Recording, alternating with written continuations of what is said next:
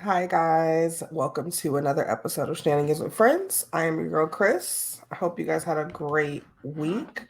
Um, I want to just get started, but I just want to make a note to just a DM that I got this week. So somebody it was asking if I was going to talk about the thing that happened in down south with the cops and stuff like that. I have decided, since I have another podcast that I am a big influence with, that I have decided that I'm just going to kind of separate the things that I talk about here um, between here and 420 in Vegas. So we actually did kind of discuss it. So if you guys want to hear what I think or anything along those lines, feel free to head on over to Spotify, Apple Podcasts, wherever you guys listen to podcasts, and check out 420 in Vegas. It's a really, really good show. Plus, I feel like I've moved a lot of the more serious topics. Now, I wouldn't say all of them, but there's been a handful of serious topics that I've just decided to go with on that side of the podcast instead of doing it here. So, to answer your DM, definitely did talk about it. It just won't be on this show. But what I said over there stands over here and anywhere that I am if the question happens to come up. But I just want to say that I know that everybody is probably monopolizing a lot of their podcast time this week on that, and I'm happy for it. I'm glad, and I want it to continue.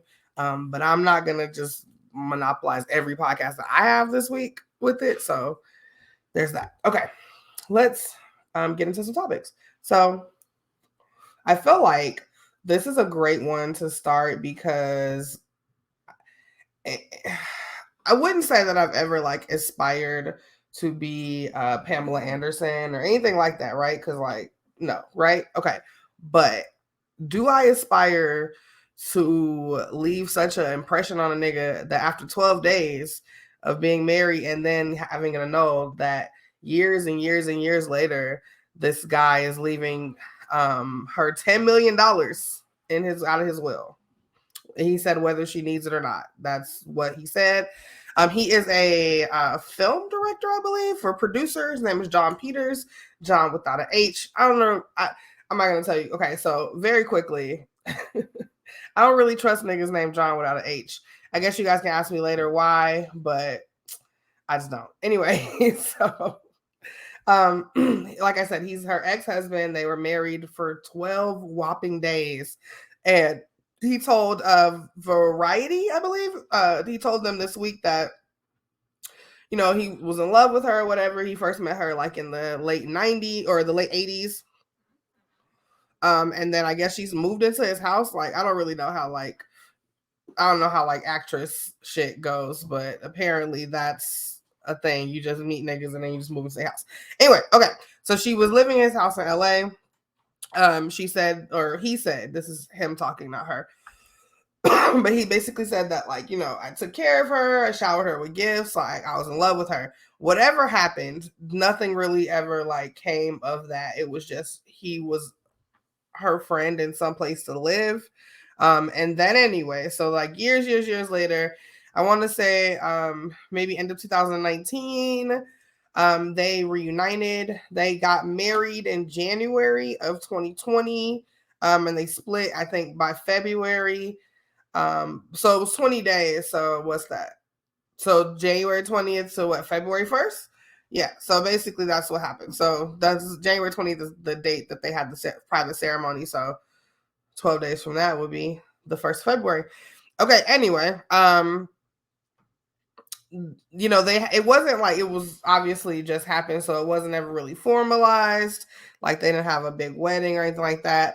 But he did tell the magazine that, you know, even though that happened, that's a part of their life, you know, the short ass marriage and shit, like I love her and I always will love her, and that's why I'm living at. And apparently this is the first time anybody's heard of it. Like Pam didn't know about this. Whoever is in his life now didn't know about this. Nobody knew about this. Until he said it in the store in the magazine. So now it's like everywhere, right? Um, can a nigga love me like that? Like, can any ex of mine, not the last one, but any of the other ones, like if any of y'all ever want to like write me, I will. Like, I understand why you would, but like, that's what's up. And like, I know that's like hyper unrealistic for like the general population, but like the kind of pussy power that you have to have a nigga hold 10 mil for you, that's wild. And I aspire. Maybe one day. But yeah. So this is interesting because all this kind of, he has his variety interview around the same time that we're about to get a bunch of Pamela Anderson stuff. So I know you guys remember, was it Pam and Tommy, or Tommy and Pam sounds more like like flowy, like that flows better. I don't know. But anyway, the show on fucking Netflix, which was it was okay. I'm not gonna lie. Like, I didn't watch to the end, and I don't know if it's just because I got distracted with like a better show or like what happened, but like it just wasn't catching me. But then again, the well, I was gonna say the story that it's the same story that you know, but then there were some different like little Easter eggs that I didn't really know about it, and that's a lot of it has to do with the fact that I was tiny, like I was a fucking kid, right? But yeah, so I don't know, but yeah, so that is fucking amazing. But anyway, if you guys are interested in the Pamela. Okay, so like every week, this is a thing now. I'm just gonna mess up a fucking word and make a big deal out of it. Okay, anyway, so if you guys are into Pam Anderson, she's got a memoir called Love Pamela that's coming out on January 31st, and she also will have a Netflix documentary called Pamela, a love story, and it'll be available on Netflix that same day, I believe. But yeah, that's fucking amazing, and I wonder if like she called him or like was like, bro, have you lost your shit? Like, what's going on? I don't know. But okay, so speaking of pussy, a woman is being forced basically to she had to put a crazy ass sign on like in front of her house. Let me tell you guys why. So you know how like when you get a new phone number or whatever, like a new cell phone or whatever, like you'll get like those like random miscellaneous calls or somebody's like, okay, so in my instance, my phone number ever since okay, so full disclosure, y'all, I moved out to Vegas in 2003. Okay. I have had the same number since 2003. We all came out here. I was a teenager. We got on the family plan. So when you get on the family plan, all y'all numbers be matching and shit. And then when I separated from the family plan, I took my number to fucking the company that I'm with. Oops. And I've like had them like fucking forever. Like, so like I'm not one of those girls that like you gotta like hit me up on Facebook, like, oh, what's your number? If anybody asks me what's my number, like it's always the same. Like it's always the same. And so ever since I've had this number, people always call for this girl named Amanda. And I don't know who Amanda is, but Amanda has not been around. It is 2023 for 20 years, right? So I've had this number for 20 years. But yeah, so you get the new numbers or whatever, and people are like, oh, call and be like, oh, is Amanda there? Or can I speak to Amanda? Whatever, like that. But imagine it was your fucking front door. Like, I don't know how else to explain this. But that's what's happening to a woman in Texas. She has been forced to put up threatening signs like Kelly does not live here, like, and stay away or else, like shit like that. But and it kind of sounds like a sitcom, right? Like what is happening? But it, basically guys would just come or just started coming to her door, and she's old. She's like 66 years old. She's a white lady named Elaine White. But niggas are just coming to her house like, hey, is Nikki there? Like, hi, can I speak? Hey, can Kelly come out? Or like, can I speak to Rhonda? And she's like, I don't know what the fuck is happening. And they made a note to say that she lives in a quiet neighborhood in East Plano. So the fact that like random dudes are just knocking on your door asking for bitches is wild, right?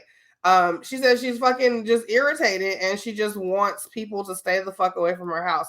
Like she's even got like photos of like guys like at the bottom of her steps and shit like that. Like, I I can't even imagine like the sleep I would lose. Where just like random niggas is just pulling up like, cause like, what if one of those dudes are like the dude from like fucking Players Club and he's not taking no for an answer and he just like busts his way through the door? Like, seriously, like, oh, speaking of somebody on TikTok, it's like a TikTok trend going around, like basically like when something happened that made you devastated or whatever. And it was one of the dudes said that somebody said, "Oh, you look like old boy from the Players Club," and he was like, "Oh, Jamie or whatever, or whoever," and they were like, "Nah." They were like, the sneaky dude that the stalker dude that followed Diamond home. Like, oh, that's terrible. Anyway, so yeah, so she's had to like put up crazy signs like that say, like I said, stay away. Nikki doesn't live here. Rhonda doesn't live here.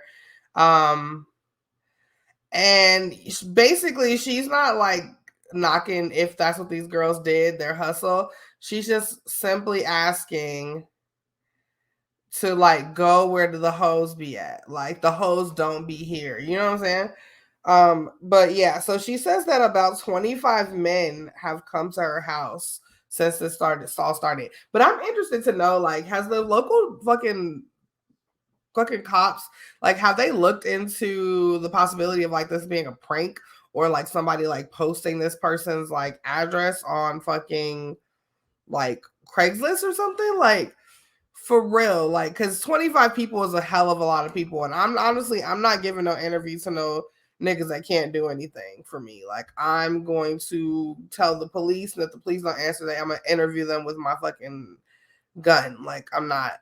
But, yeah, so she said that some people are local people, and I wonder if it's like people that she's like recognized from like the grocery store. Wouldn't that be wild?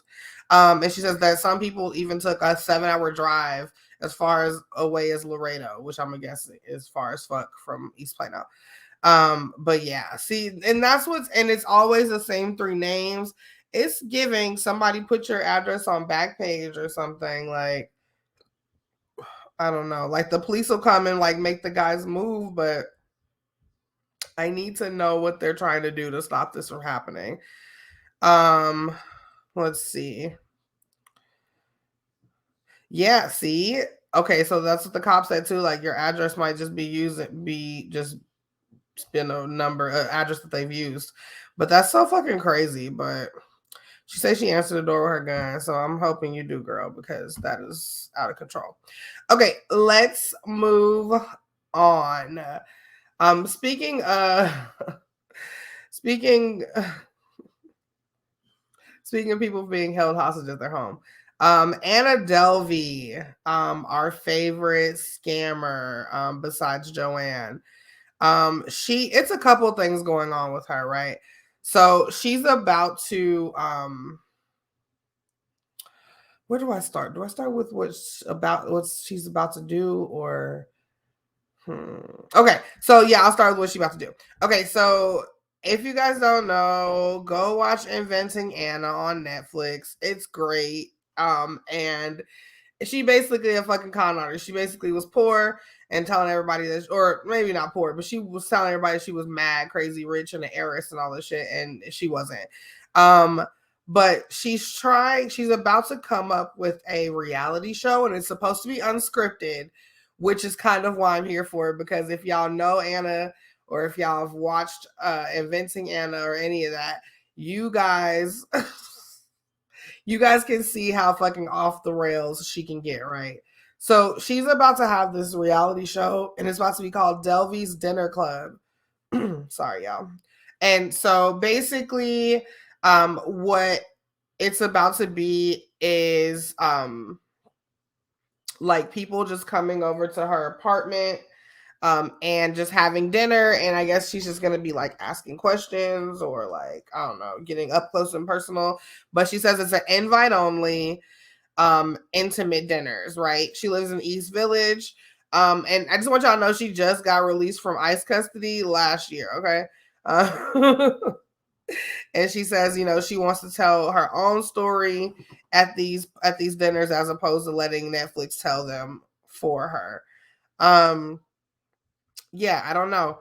Um, I'm assuming that she's just like thinking like, oh, okay, well, the best way for people to like feel comfortable around me and to get to know me better is like over dinner, which I can understand. Like everybody kind of opens up when you're at a meal, like, and y'all can have conversations and really get to know people. I get it. And I don't know. So that's gonna be interesting. Because I want to know like who is she gonna have on her show? Like, can I come? Is really the question. Like, I'll just come. I'm gonna come, and then I'll ask all the questions that we need to know. Okay, so speaking of people being at her house, right? She had her 32 her 32nd birthday recently, and it was a first party that she was I want to say it was a party. I think she's still on fucking. I want to say she's still on fucking house arrest, which is why everybody got to come to her apartment. But I believe so. Um, but anyway, so she again invite only, and she's very big on that because she wants everybody to think like that everything that she does and everybody that she's around is so exclusive, right? But yeah, so she was just wanting to have like a regular birthday, right? Because she had been with ICE, and then COVID happened and all those things like that. So I mean, it's giving. Her looks are nice. Like, I don't know who these people are that she invited, but she has a sign on her wall that says clubhouse arrest because I think she can't leave her house still. But yeah, man, like she's really leaning into it. And I what's so funny is that she never really says that like she's not a con artist. Like, or she doesn't deny it. When people say it about her, now she will never call herself that because Anna would never. But she doesn't stop other people from calling her that, which is interesting because most people in these situations would be like, I didn't do that. I'm not doing this. But she absolutely did that shit. And she knows that she's a scammer. And it's so funny because if you look her up on Google, it comes up. Hold on, I'm gonna look it up right now. I think it comes up. It says Russian German con artist. Like that's literally like how I say like Rihanna singer. Like no, that's not what I say. But yeah, so I mean, I'm not gonna lie to y'all. I'm gonna watch an episode or two of Delvey's dinner party or dinner club, whatever it's called. Just to kind of see like if she gonna be lying, if she gonna like really give the real details or not about what's happening. You know what I'm saying? I don't know, but yeah, she definitely still on clubhouse arrest. So okay. Anyway, speaking of clubs and houses, oh my god. Okay, so I'm about to show my age a little bit, and also probably my earlier years of musical taste. I feel like I'm generally a well-rounded person, like in life, right? But I also feel like in music, I'm pretty well-rounded. So there was like a couple summers in my teenage years. I was still back home in Chicago, and I had a moment where like British pop was everything to me. Like I used to, how like we had like Teen Beat and fucking Word Up and shit like that. So I would have those, but then I would have to go to like Borders and get like it was called J14, and it was a whole bunch of like British like international shit. And they used to have like little like CDs in the back of them because I think J14 only came out like 4 times a year or something like that. Or it was like fucking Vogue or something. I don't know. But anyway, and sometimes at the back of it, they would have like a fucking like sample CD, and it would just be like a bunch of like the new like UK pop stuff. That's how I found out about Craig David. And that's also how I found out about S Club 7. S Club 7, y'all, I feel like if you guys are around my age and you guys had a remote control, like your fucking TV channel wasn't stuck on BET, I feel like you probably know who S Club 7 is, or if you like saw them or like saw the show, you would know who they are. So I first found out about them musically, right? And I was listening to their music, and then I found out on what was that shit called? Was it called ABC Family back then? What is it called now? Freeform? Whatever that. So the channel that's Freeform used to be a whole bunch of fucking different names. Like they've been through like 5 names, I feel like. Anyway, so Freeform fucking or used to have a show, and it was S Club 7 show. And I feel like they worked, or they were just like hanging out and then performing. I don't know really what the show was. But I used to love it, and I was very much obsessed with them. They had one black guy in it named Bradley. He was bae, obviously. Okay. Anyway, the reason I bring up all of that is because and so when I say 7, it was obviously S Club 7. That means it was 7 people. Okay, cool. I just want to make sure y'all do that. Okay, cool. So, the one of the girls, Hannah, I guess if I could give you a visual, she's basically Baby Spice, right? Okay, anyway, if you know, you know. But she is fucking homeless, and I cannot, like, she says that she lives in a friend's office, or she lived in a friend's office with her husband and her 2 daughters, after her landlord had only left her like 48 hours to leave the house. Like, that is fucking insane.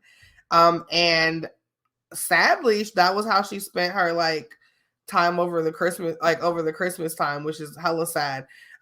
We're getting old because she is 41 years old. Yeah, but basically in the last 6 months, like she's moved like in 4 temporary housing like situations with her partner and their 2 children. They're only like 3 or 4 years old. But that is so. What is the world coming to where Hannah can't get an apartment? Like, this is too much. I wish I had some like. Honestly, y'all, I just wish I was like super rich, because like I would help so many people. And I feel like you're like, oh well, then you won't be super rich anymore. I will find a way. But like, I would totally tell her, like, girl, go get your 6 friends, come perform y'all self-titled album to me, and I got you. Is that extortion? That's not extortion. Is that extortion? I don't know what that is. But anyway, yeah, so I don't know. But she's basically saying that like they all are kind of like having an issue, and people think that they're like fucking rich and shit like that. One of them, Paul, is another guy from S Club 7. He looked like his name. He's just very like whatever. But anyway, Paul, they say Paul had to like sell his fucking Brit Award because he had bills to pay. Like, that shit is so crazy. They earned about 150,000 pounds a year when they were a band. They were a band from 1998 until 2003. But they have reunited for tours across England every now and then. But like, what? Like, y'all better start a fucking fund me for fucking Hannah, because this is not gonna cut it for me. Girl, stay safe out in those UK streets, because we know niggas like to stab. And call your boy Bradley up. I'm sure he's I want to be like, I'm sure he's like invested money, but I doubt it. He didn't give me 401k Bradley vibes. Anyway, okay, let's move on. Speaking of places far away, right? A boy was playing hide and seek, and I would love to know what kind of like situation that is where you can play hide and seek and this happens. So it was in New Delhi, and he was playing, and he hopped into a storage container.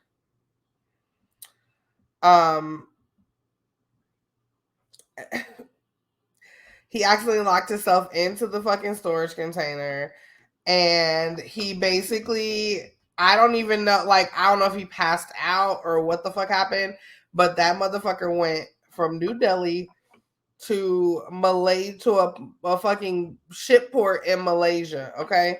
And when they opened it, they saw this little boy, and he stepped out, He obviously didn't speak their language, so that made them nervous. Yeah, they said that they immediately thought that it was like some human trafficking things, which is exactly what I would think if it was like a person not speaking the native language of where we are, and you're a little kid. Like that's exactly what I would think, right? Like, oh my God, help them. But they said that besides like being like dehydrated and like him complaining of a headache and having a little fever, he generally was okay. But here's the thing: is how old do y'all think he was? This is the part, because I'm sitting here thinking like, oh, this nigga is like 8 or 9, 10, right? 11 at the most. This nigga is 15 years old. Sorry, y'all. I don't know what. Damn, I just like really yawned. My bad. Anyway, this motherfucker is 15 years old, and so now I'm mad at you because I'm like, you're old enough to have prevented that from happening. I feel like, and maybe not. But I can still blame this on him because he's not like dead and he like suffocates to death or nothing. So I feel comfortable still like pointing the finger at him and telling him this is your fault. I don't know how much it costs to get back from fucking Malaysia to Bangladesh or whatever, but boy, anyway. Okay, so speaking of kids, right? Is this my favorite story of this might be my favorite story. Um okay, so these twin 13-year-olds from a place Republic in China, right? Or is it province now? I think they're provinces. I don't know. An area in eastern China, okay? Um two 13-year-old twins, they won a lawsuit against their dad. And what happened was this dude, the parents, right? They were together, and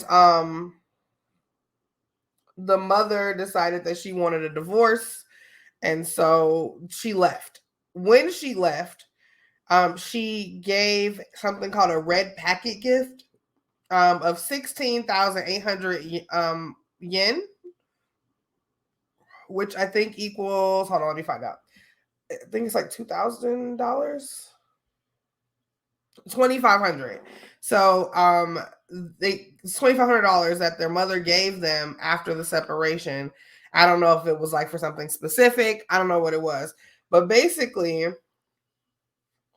the dad, he got full custody of the twins, and then he felt like he should have the money. He took the money away from them. And said that it was mine because I'm taking care of y'all and y'all are minors. They didn't want to give him the money, and so they were like, yo, give us that shit back. And then they were like, he was like, no, because I'm fucking taking care of you.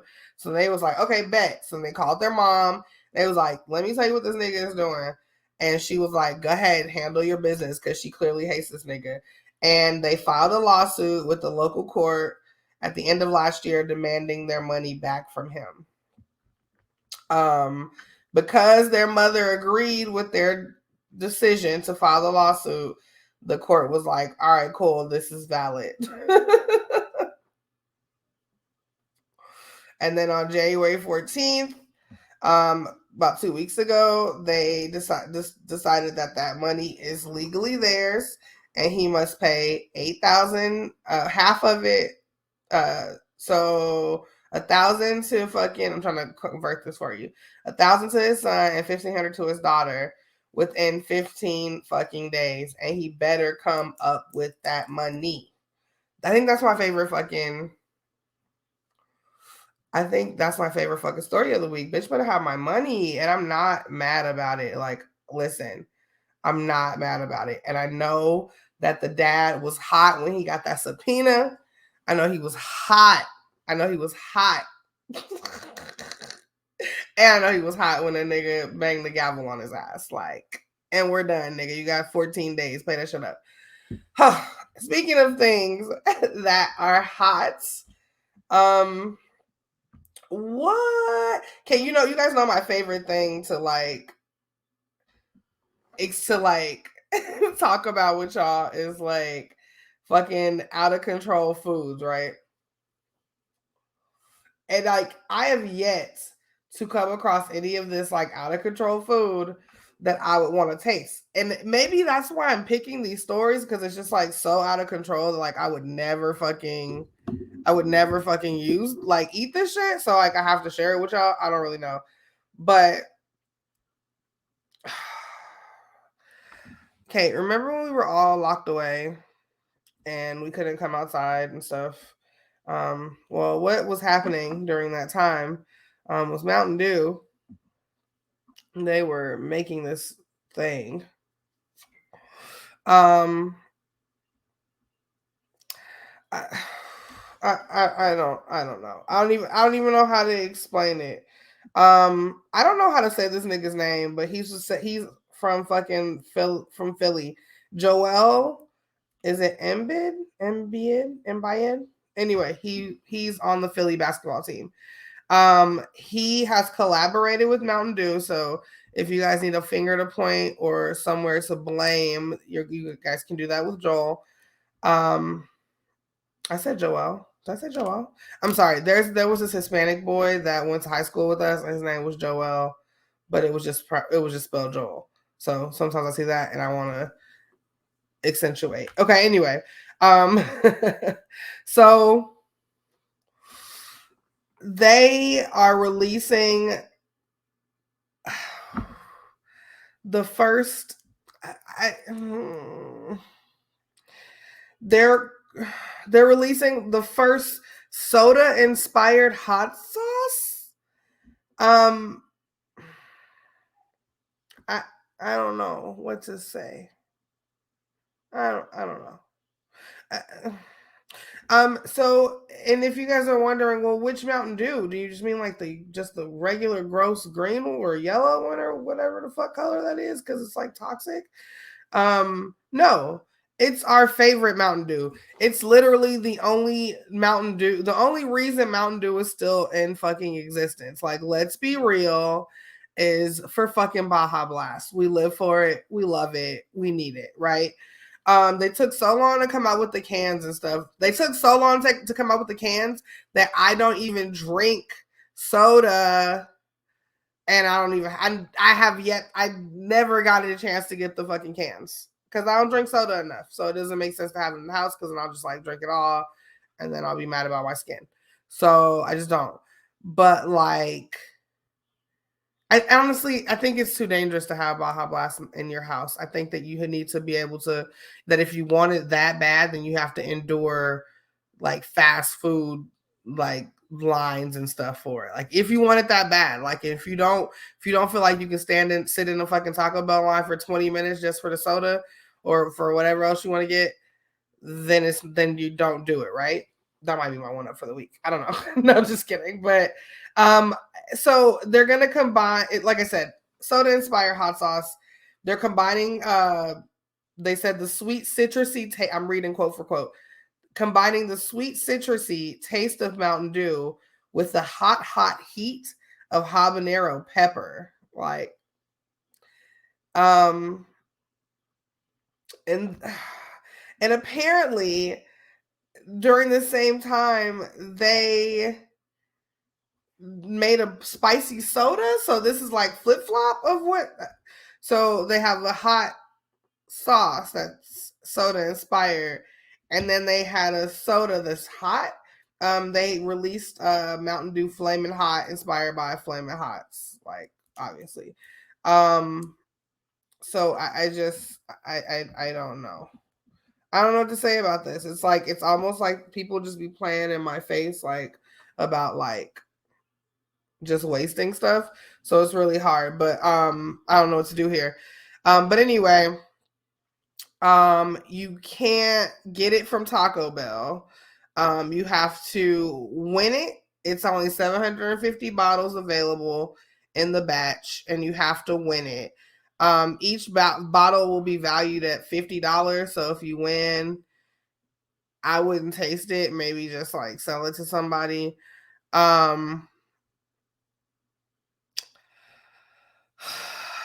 Yeah, I don't know. So the original first bottle of this, the official Joel Embed hot sauce from back in 2020, it's about $200 for that right now. So yeah. Anyway, so you just go to the contest page if you want to fill out the information, and then you wait until February 9th to see if you win the hot sauce. I should just do that, right? Should I do that? I should do that. But see, then if I do it, I'm gonna feel like I want to taste it, but I can't because I want to sell it. Like I don't know, I might do it. Everybody go do it. Maybe we'll do it and we'll just see who gets it. But like it's like the color of Baja Blast, and that's terrifying to me. I'm so scared. I'm just so scared for humanity. Okay, let's move on. Final story, guys. Speaking of things just not being what they're supposed to be, you guys know when you go to like the grocery store or whatever, and you'll have like the little tiny bottles of like liquor, right? So not the full ones, not like the short boys or whatever, but you'll have like, like the little like shot bottles, right? There is a lawsuit happening right now because um people are saying that, or not not people, like it is most of the time, and I don't know if this would be the case here. I'm gonna have to go to like a liquor store, or when I go to the grocery store, like check. But basically the tiny little bottles of Fireball whiskey are not actually whiskey. They contain no whiskey. What they are instead is a blend of a malt beverage and wine. I want to look at the bottle and see exactly what it says, because I don't really drink that shit. So I don't be caring. I don't be looking. But yeah, but it actually clearly says it on the bottle. So the Fireball that's actually just a shot of whiskey will say um cinnamon whiskey, but the little tiny ones apparently say cinnamon, Fireball cinnamon, which is not the same. It actually looks a lot clearer too, so that's interesting that people wouldn't have noticed that if they were Fireball drinkers. But anyway, and basically that's why they're in trouble, because what is the easiest way to get a lawsuit done, right? Is if you find a little like discrepancy in something and then like run that shit to the ground. So basically they're saying that for lack of transparency about the difference between the two products has made somebody sue them. Like I said, so the Fireball cinnamon description says it's a malt beverage with natural whiskey and other flavors and caramel color, which people assumed meant that it contained whiskey. But it's the lack of whiskey that allows the 99-cent bottles of Fireball cinnamon to be sold at a wider variety of stores, including those that aren't permitted to sell liquor. So then that's why you see them there. So like that's what I'm saying. I don't know if that's a thing here, because like liquor is literally everywhere. But like for places that liquor is not everywhere, start to see if you like notice the Fireball cinnamon sitting out, and see if you can take a pictures of it or something and show me, because I'm interested. I'm gonna go check and see what ours say as well though. But I mean, it's a come up for the company and like tricking people, but the complaint says that by not including the words flavors after natural whiskey, purchasers who look closely will expect the distilled spirit of whiskey was added as a separate ingredient. And so yeah. So, and basically if they've been shelling out $1 a piece for many bottles, then the lawsuit says the lack of the whiskey means that they were being overcharged. What an alcoholic you have to be upset about this. Because like I feel like it's probably still getting you fucked up. Like it's a malt. Like it's just, I don't know. I don't drink that. I don't Do I drink? No, yeah, I guess I do. But like, nah, not really. It's not my preferred. But I feel like if you really drank alcohol, you should taste the difference. I don't know. But anyway, what an alcoholic you have to be outraged and want to sue about this instead of just like buying a regular bottle of fireball if that's what you wanted to do. Okay. That is it, y'all. That's the show.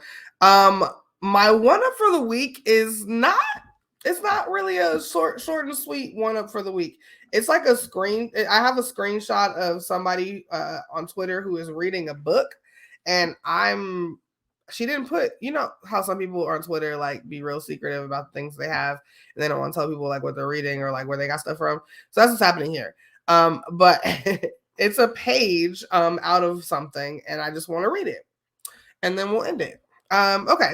So it says, you won't always get that apology that you're owed. You won't always get the closure that you need. You won't always be felt and understood when it comes to your feelings. How you feel is valid, but sometimes people don't understand that they hurt you, even if the proof is right there in front of them. They will deny it because they don't view it the same as you, and that's okay. You don't need an apology or closure from someone who can't admit to the pain that they caused you. You will heal and grow regardless. Be patient, embody how you feel because it's real. Don't let their manipulation change that. That was just like, that was pretty dope. That was very dope. Because I think that we hang on to like bad situations in life and stuff because we feel like people like hella wronged us and owe us an apology or need to be sorry, like full of sorrow for the things they've done. And maybe they don't see it as detrimental as you did. Like, and that could very well be the thing because they didn't see the effects of the things that happened to you because of that. And I'm saying that from personal fucking experience. If you guys know, then you know. But yeah, man. So take those words into next week and learn to fucking let go of people and things that you still waiting apologies from, right? Waiting for apologies from. That's what I meant to say. All right, y'all. This is episode 156. It's been a ball, and I'll see you guys next time. All right.